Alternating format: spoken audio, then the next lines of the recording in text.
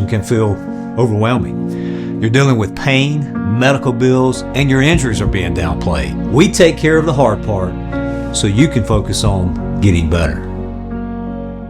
We're celebrating a milestone a little bit this morning. This is Brian Croft. He is the Director of Development for Providence Ministries. No doubt you know that name very, very well, but did you know that they recently celebrated their 40th anniversary? Do I have that right? Yes, ma'am. 1985 to present day, 40 years of ministry, starting from humble beginnings in a little church there in Dalton, Georgia, and has grown to a wonderful ministry that gets to serve hundreds of people annually through food, services, recovery programs, homeless shelters. Just a wonderful ministry.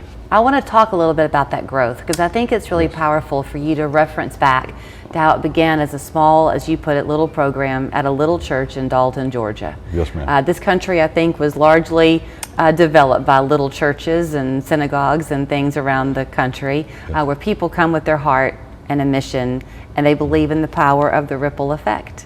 And that's what's happened. Absolutely, absolutely. It's been incredible to see the progress and the growth of Providence and the lives that we get to impact and touch on a daily basis. There's obviously no shortage of need. I'm not talking about our economy and everything else, but I've said this quite often lately, the face of need is changing.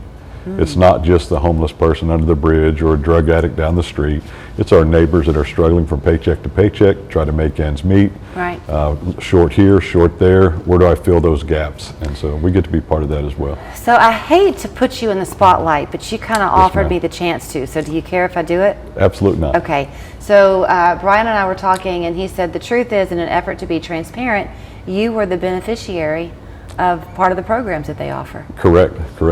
I tell people that I am the fruits of that ministry. I didn't know where it was going to happen or when it was going to happen, but as a young man, truly got off track in life, made a lot of bad choices, had a lot of bad habits, and lived a lifestyle that wasn't going anywhere but a dead end. I ended up in Dalton, Georgia, and I was working for some folks there in Dalton, and they could have said, "Hey, Brian, you need to leave, you need to get somewhere." But they were compassionate, they cared, and they knew a little bit about Providence as well. And they said, "Why don't we go down there and have a conversation with Roy?" His name is Roy Johnson. Roy and Pat are the founders of Providence Ministries. They're still there present day with the day-to-day operations every day of the week. Just incredible couple that have just sowed into so many lives. But we showed up down there, and I didn't know what to expect. I didn't know what was going to happen. But when I got there and I seen that it was grown men, just like myself, not making bad choices, not bad people, but just making bad choices. And then just seeing the light in the eyes of the people that were there, the people that were serving, the people that were encouraging, the people that were ministering to the lives of the men and women that were coming through those doors. Right. That was encouraging. I hadn't seen too much of that in my lifetime, and so it was really something I fed off of. And so God just got a hold of my heart and my life. And I won't say that I've done everything perfect or I've done everything right, but these 25 years have been the most incredible years of my life, absolutely. Part of what I love about that story is that it wasn't the Providence Ministries alone that helped you. It was the people who said, "Come on, Brian, let's go." Absolutely. That took courage on their part too. Absolutely. So, and I wanted to kind of let you hear that story because, first of all, I think it's always good to know where your donation dollars go, or how when you're supporting something financially, what it's reaping in other people's lives. But even with the thrift stores that you have all over the area, when people shop those thrift stores, it's coming back in to help the mission, right? Correct. And there are a lot of wonderful agencies and ministries all across the country, like you said, and you may not be sure where some things go sometimes, but you're welcome to come see the fruits of your donations right there at Providence through the men's program, the women's program, the homeless shelters.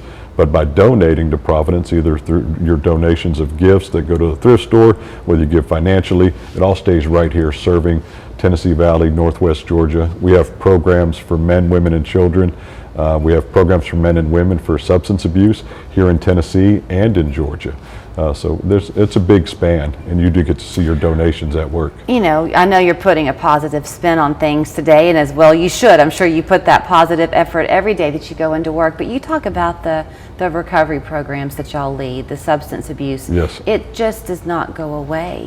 No, it absolutely is a growing thing. I think everyone who's watching the news, you see these epidemics with the opioids and fentanyl and killing people on a daily basis. And so what do family members do? What do friends do? What do loved ones do to try to help their other? And so coming to a program such as Providence Ministries gives them a solid foundation to start from, gives them a good support network. Our answer is turning back to God and saying, God, I've done it my way. My way's not working. But we also have the educated side of that. We do have certified addiction counselors that work day to day, hands-on with our men and women, addressing addiction issues. They are involved in large groups, small group settings, one-on-one counseling, and work therapy as a part of the program for the men there in Dalton. So it's just a lot of things that just help them get back to stability, getting their heart lives, their heart right, their life right, and being able to go back out and be a productive member of society. We offer transitional living programs for the men and women after they complete the in-house portion. Gives them still a structured environment to work from.